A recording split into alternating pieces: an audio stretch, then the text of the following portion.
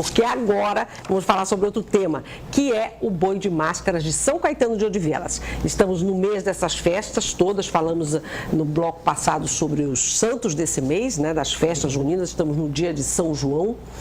E agora o professor José Guilherme Fernandes, que é professor da UFPA, doutor em letras, conversa com a gente sobre esse livro dele, que é a tese de doutorado dele, que inclusive nós vamos sortear, daqui a pouquinho eu mostro de novo, que fala sobre o boi de máscaras de São Caetano. E, professor, obrigada por ter vindo conversar com a gente. Na verdade, a gente vai falar da origem e tal, das características, mas assim, em São Caetano de Odivelas, eles comemoram o boi de máscaras, quer dizer, apresentam bastante essa encenação, se é assim que a gente pode dizer, durante o mês de junho todo, é isso? Mais nos finais de semana. O boi tinga é uma espécie de variação do boi bumbá, né? A diferença é que ele não tem a narrativa da Catirina, Pai Francisco. É o que por isso que ele acaba adquirindo uma característica própria, que é o titulado do boi de máscaras. Então, é um boi carnavalesco. Quer dizer que esse boi de São Caetano é o boi tinga. Na realidade, o boi tinga originou todos esses bois, né? Porque o primeiro foi, em 1937, foi o tinga. Ele surge através dos pescadores que iam para o Marajó. São Caetano é uma cidade com atividade pesqueira. Eles iam ao Marajó e, numa dessas viagens, trouxeram uma cabeça de boi. E a partir daí, a relação com o santo, né, referência ao trabalho do Hudson aqui é muito forte, né? Porque é o chamado boi de promessa. Você cria o boi para reverenciar um santo, né? Então, por volta de 1937, como é uma história, digamos, da memória popular, você não tem muita precisão, mas os mais antigos colocam 1937 como esse ano, marco da origem da saída pela primeira vez. Do boi tinga, né? Do boi tinga, é o primeiro que sai. Posteriormente, outros bois são criados nesse formato, que é um formato... Isso falando aqui do Pará. Ele é específico, o boi de máscaras, que é o genérico, o termo genérico, ele é específico, começado pelo tinga, é específico do Pará, né? Nesse formato em que não há um teatro. A gente pode até dizer que é uma farsa, em que você dá mais importância à ação do que a um diálogo. Não existe um teatro, como diria Mário de Andrade, um auto dramático, não é? No sentido de ser um teatro, como você tem em São Luís, por exemplo, né? Então ele se constitui numa grande festa de rua. Você se reúne, a comunidade se reúne, no caso do Tinga especificamente. Mas aí no caso do Tinga é mais agora mês de junho, é isso? Originalmente mês de junho, mas ele adquiriu um teor turístico e ele passou a ser uma referência. Então ele sai no carnaval agora, né? Eu acho que dos últimos 3 anos para cá ele é um boi que sai no carnaval também. Agora ele originou vários outros, como o Faceiro, que é, digamos, o antagonista mais clássico do Tinga, de São Caetano, e posteriormente o boi veludinho do Guamá, né? Quer dizer, quando você fala em boi de máscaras, que se apresenta nos espaços públicos de Belém, na realidade é o boi veludinho, que foi um boi criado por uma família de odivelenses que se estabeleceu no Guamá e resolveu criar um boi de máscara, um boi bumbá, nesse formato do boi. Agora, por exemplo, eu estou vendo aqui o livro e aqui tem fotos, logicamente, do teu livro e quer dizer, essas máscaras, esse tipo de vestimenta, digamos assim, de figurino, é que caracteriza também o boi tinga. Sim, são 3 personagens principais, aqui, né? Esse é o que chama de perro, ou mascarado, né? Tem mais o cabeçudo. Que é este aqui, que eu vou já mostrar também, que são esses, né? Exatamente, né? Esses são mais conhecidos, né? Que aqui em Belém passaram a chamar de cabeção, mas é cabeçudo, originalmente um relato de São Caetano. E tem o que eles chamam de buchudo, que é aquele não padronizado, é como se fosse um brincante de carnaval que se fantasia da maneira que quiser, com a máscara que quiser, né? E eles configuram, quer dizer... Fora isso, tem uns mutucas, que são as pessoas que acompanham. É um grande cortejo de rua, na realidade, né? Então, esses são os principais que ficam no entorno do boi e existe um segundo círculo, digamos assim, que são os mutucas, né? Na realidade, eu vejo o boi como um grande teatro de ruas avessas, né? Esse é o boi. Que afinal de contas tem que mostrar o boi. O boi tinga. A diferença... Já que mostramos os mascarados e mostramos marca do boi tinga que ele é um boi de 4 pernas, porque os odivelenses dizem que boi de 2 pernas é galinha, né, boi, né? Então o boi tem que ser de 4 pernas. Agora, é muito interessante o aprendizado, porque a pessoa que se posta atrás, quem está na frente, logo abaixo da cabeça do boi, tem um orifício que você consegue enxergar mais o chão, mas quem está atrás não enxerga nada. Então, na realidade, ele vai no ritmo do parceiro da frente. Então, a composição dos parceiros é uma coisa desde criança, né? As crianças já começam a ensaiar no entorno do boi, naquilo que eu chamo de um boi imaginário. Uma segurando a cintura da outra e vai dançando como se estivesse dentro de um boi. Então isso é realmente o que a gente chama de cultura popular. É um aprendizado da experiência através do tempo. E esse imaginário, o que significa na cabeça das pessoas? Em relação a brincar no boi? Ao brincar. Eu vejo que acabou se tornando uma identidade odivelense, né? Se você pergunta para o jovem, enfim, na oportunidade eu tive essa curiosidade, o que marca São Caetano enquanto aquele espaço próprio, identidade própria? É o caranguejo. Já ia falar que o caranguejo por sinal não está tão assim, né? tão favorável, né? E o boi, né? Então, houve um período que ficou muito restrito à própria comunidade, né? Eu acho que até final dos anos 90 era uma brincadeira de São Caetano, quem sabia, quem conhecia, que tinha parente lá. Mas, e aí, acho que respondendo um pouco aquela questão de que as tradições acabam, eu não sei se elas acabam, acho que elas são ressignificadas, né? E essa ressignificação, porque o boi de máscaras, num determinado momento, até através dos políticos, ele passou a ser uma identidade, tal qual você tem a Marajó de Bragança, né? Tal qual você tem os Campos do Marajó. Então ele acabou sendo uma identidade, um símbolo do Pará. E essa ressignificação, inclusive, torna-se um atrativo turístico até. Sem dúvida, né? É porque, na verdade, a gente, quando fala em manifestação cultural, e mais assim, essas manifestações mais populares, a gente quer sempre como se colocar numa redoma, né? Isso. Então, assim, a coisa era feita assim, na tradição, e tem que ser daquele jeito. Não, só que as coisas vão tomando outras características, vão mudando porque o tempo vai passando e as coisas vão modificando. E não sei também se é nem evolução, mas elas vão mudando, né? E é o que você está dizendo, elas vão ressignificando. Essa é a palavra. E aí elas vão criando outros aspectos. E a gente, quando fala sempre de uma forma meio saudosista, nostálgica, romântica. Não, porque... E a gente tem que entender que as coisas vão mudando. Até para que haja um sentido, uma continuidade. Porque tem que continuar. E não pode continuar daquele jeito exatamente que era, né? Eu acho que é muito uma escolha da comunidade. Porque a gente tem que ver qual é a relação que se estabelece entre eu, por exemplo, pesquisador, aquilo que eu quero, aquilo que ideologicamente eu levo para campo, né? E o que a comunidade quer. Né? Então, é um limiar muito tênue. Né?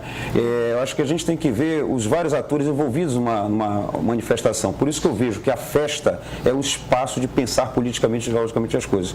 A gente acha que ciência só se faz na seriedade dentro do laboratório. Não passa por aí. A festa, o espaço de celebração, é um espaço para se pensar a composição da sociedade. Né? Então, esse trabalho ele é muito voltado para essa tônica, né? Ver como os vários atores estão significando o que é Boitinga. Né?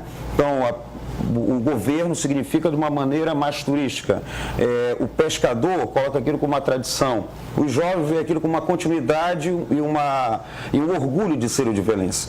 Né? Quer dizer, o que é que marca você enquanto odivelense? Lá tem o Boitinga. Então, isso acaba sendo cartão de visita. Acho que aqui no Pará a gente tem, falando em ressignificação, tem o Sírio, né? Que mais ressignificado que ele já foi, mas está aí ele, quer dizer, já mudou, houve alterações, a forma de levar a berlinda, de não sei o quê, mas aí ele está, como sempre, grandioso, né?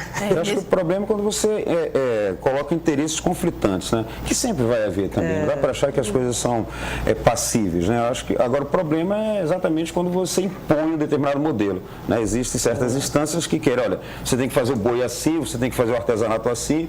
Eu acho que isso que é problemático. Não tem como. E, Renata, dando o gancho aí dos bois, né? Nós estamos com uma programação na Estação das Docas, que está o mês de junho inteiro. Vai ter que ir a Paixão do Boi. Dia de sexta, sábado e domingo, a partir das 17 horas. Nós já tivemos bois se apresentando. Inclusive vieram bois de Capanema, de Bragança. Então, assim, a gente percebe que a gente está tendo um grande público e a gente aproveita para convidar também todo mundo de casa. Sexta-feira? Sexta, sábado e domingo, a partir das 17 horas. Uma programação gratuita para quem quiser contemplar, né, a apresentação do boi. Né? E eu gostaria que ele explicasse um pouquinho para a gente a diferença entre o boi daqui do Pará e o Tins. Se há uma diferença? Eu diria, como eu falei, tudo procede do boi bumbá, né? A história da Catirina, grávida, mulher de um vaqueiro, uma determinada fazenda, e que teve vontade de comer a língua do boi. É por isso que você tem música, né, Catirina, que só quer comer a língua do boi, né? E ele mata o boi, depois de muita insistência da mulher, desejo grávida, imagina, cuidado. Desejo de grávida, e ele acaba matando e foge da fazenda, ele é perseguido, aí entra a figura do pajé, primeiramente dos índios e dos caçadores que perseguem o vaqueiro, trazem de volta, prendem, e entra o pajé para ressuscitar o boi e tudo termina bem. Né? Mas essa história, ela originalmente clássica. É uma história clássica europeia. Com adaptações, já, porque já entra vaqueiro e tal, então quer dizer, trazida pelos europeus, muito mas aqui ressignificada, para usar o muito termo. Provavelmente porque, em se tratando de cultura popular, você não tem datas, você não tem certeza, você tem uma memória popular que você, por isso que o meu trabalho foi um trabalho de campo, de entrevistas, né?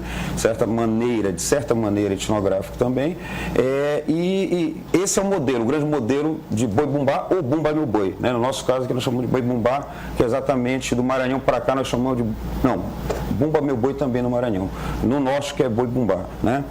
Só que o Tinga, ele incorpora esse teatro, certo teatro que existe, essa dança dramática, né? Mas ele não tem essa narrativa. As pessoas se reúnem em frente à casa do seu Zé do Lodge e começam a dançar. E num determinado momento sai aquele cortejo como se fosse um grande cortejo carnavalesco. Não tem uma historinha, não assim, tem, um enredo, não. Né? Eles vão, o grande enredo, quer dizer, tem um vaqueiro, que é muito mais para instigar o boi, para ele se tornar violento, se lançar contra a multidão, ou contra os cabeçudos, o perro, né? Então, essa é a tônica, né? Mas eu vejo que é um teatro popular porque acaba sendo um apanágio para que a comunidade se junte. Então, quando tem a festa do boi, sei lá, o fulano que não ia há 2 anos a São Caetano, ele aparece para participar numa determinada noite e ali revive, conta história, casamentos, enfim, namoros também são firmados ali, né? Então, acaba sendo não um teatro diretamente vinculado à ideia da dança dramática, mas sim da própria comunidade. É uma celebração, é uma Agora, forma de celebração. A Isa estava falando que, por exemplo, na Estação das Docas, esse mês eles estão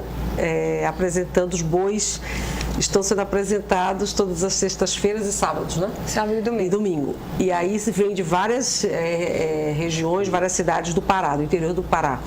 Aí são, cada um tem uma característica, mas é boi bumbá, né? O chamado bumbá que você está dizendo. De modo geral, que né? foge mais com uma caracterização São Caetano é bem o boi máscara, é bem marcado. Quer dizer, o Tinga originou, existem outros, né? Por isso que se tornou um termo boi de máscaras, que tem esse formato. Mas acho que tem que ressaltar que, aquilo que falávamos há pouco, você tem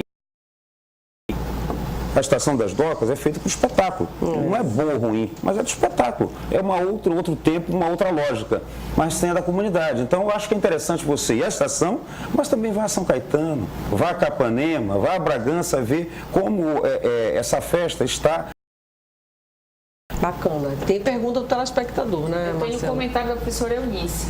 Ela diz: o Guamá era o bairro que tinha mais boi, mas hoje até o espaço do Malhadinho está sem atividade. Depois que o mestre Fabico, que era a tradição, faleceu, ninguém mais falou nele. Comentário da professora Eunice. Eu acho que a gente tem um problema sério com memória. Eu não vou nem falar especificamente da cultura popular, mas eu estive recentemente em Buenos Aires e você tem um museu da memória da ditadura cívico-militar. E eles mantiveram aquele espaço de tortura. Eles não transformaram aquilo ali numa galeria, né? Então, acho que o mestre Fabico faleceu e cadê essa herança do mestre Fabico? Tudo bem, se o filho, a família não quiser, é uma opção de cada um, mas de repente é interessante que você tenha políticas de Estado, né, que possam dar visibilidade a isso, garantir essa continuidade, porque às vezes você não sabe, porque não existe memória. Inclusive a gente pode se reportar porque a gente estava conversando com ele, seria uma forma para que a gente não caísse no esquecimento, para que as questões ficassem mais reavivadas. Mas aquela frase, pessoas, né, que o Brasil é um país sem memória, né? A gente não, acho que vem mudando, mas não preservamos muito, né? Eu diria que, memória existe. Talvez o que falte é você entender que não existe uma memória, né? Existem memórias. São e todas várias, têm um certo espaço. Né? Tem mais, né, Marcelo? Posso falar de um caminho, né? Assim como a gente acaba, eu acho que não tem política mesmo que precisava ter, mas eu acho que eu também preciso, a escola também precisa oferecer alguma coisa. Sem dúvida. E eu, como cidadão, acho que devo me interessar para saber o que o meu estado oferece, o que a minha cidade oferece. Às vezes se viaja para fora e a gente acaba levando só aquilo que está no imaginário coletivo sobre determinada região, porque eu próprio nunca me interessei em saber e explicar e dizer assim, não, na minha terra é assim por tal motivo. Então falta também. E eu acho que nós somos muito assim, os paraenses. Eu acho que em outros estados, outras cidades, as pessoas, não sei, eu tenho essa impressão, valorizam essas coisas, explicam, sabe o que? A gente sai daqui e, como você disse, sem saber exatamente as nossas, sem conhecer mais a fundo a nossa história, as nossas manifestações culturais. Nós temos um e museu acaba nacional, falando disso com propriedade. Em relação à Amazônia. Tem. Você tem, por exemplo, a herança do Câmara Cascudo, que é uma das referências chamadas folcloristas dos anos 60, 70, por mais que tivessem sido discriminados por uma parte, pela própria academia. Eu sou da academia, mas eu tenho muita crítica à própria academia em relação a isso, né? Mas você tem o Museu da Cultura Popular Câmara Cascudo em Natal, né? Quer dizer, grande parte da coleta que ele fez está nesse espaço, né? Você tem, acredito que, acho que em São Paulo, não recordo exatamente, mas tem, não com esse sentido de cultura popular, né? Mas você tem... Eu ia dizer isso, tem o Dragão do Mar e Fortaleza que tem também. Se bem que eu acho mais forte a Casa do Maranhão em São Luís, né? Eles preservam bem... Sim, tem um acervo. Eles têm um acervo, é verdade. Exatamente, em relação ao boi principalmente. No geral é pouco. Poderíamos ter bem mais, né? Porque os museus, eles são acadêmicos, né? Eles são eruditos, eles não são populares. A academia precisava se movimentar, né? Gente, tem mais, Marcela? Tem mais uma pergunta da Andréa Leão. Ela pergunta se tem alguma diferença do boi do norte para o boi do nordeste. Se a gente for tomar como referência o boi de Parintins, tem algumas variações sim. Por exemplo, em Parintins você apelou mais para o elemento selvático. Então você tem a cunhaporanga, né? Se tornou extremamente interessante a tecnologia cabocla que eles fizeram lá, né? Então, aqueles movimentos todos que você vê às vezes no Carnaval do Rio de Janeiro, você vê em Parintins, é uma coisa maravilhosa, bem interessante. Então, em termos de enredo, houve essa incorporação de elementos mais da floresta. Agora, na origem, o boi de Parintins, ele é nordestino e, particularmente, o garantido, ele é originado pelo seu Lindolfo Monteverde, que foi maranhense, né, migrante, foi para Parintins, mas ele era maranhense.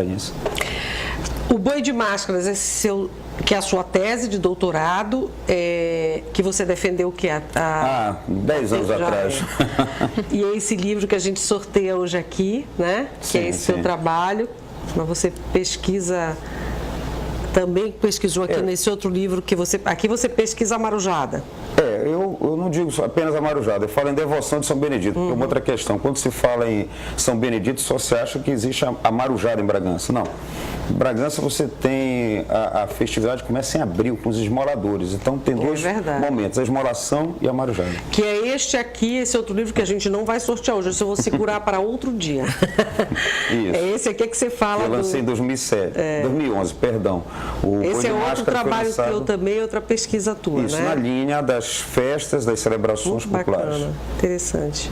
E você continua ainda atualmente, esse trabalho? Eu estou interessado em pesquisar a presença de São Sebastião, né, do sebastianismo, tanto em São João de Pirabas quanto na Ilha do João Só, no Maranhão, porque nós temos uma proximidade muito grande, né? A nossa relação com o Maranhão é uma coisa que a gente não dá muita bola, mas é muito forte, né? Principalmente nessa região costeira, em função da pesca, esse movimento, e evidentemente os pescadores levam seus rituais. O sebastianismo é uma dessas presenças. Aí você agora está nessa pesquisa? Estou iniciando agora essa pesquisa. Já houve trabalhos, com certeza, de bons trabalhos, mas eu quero ver um pouco essa relação com a ideia de sebastianismo português mesmo, né?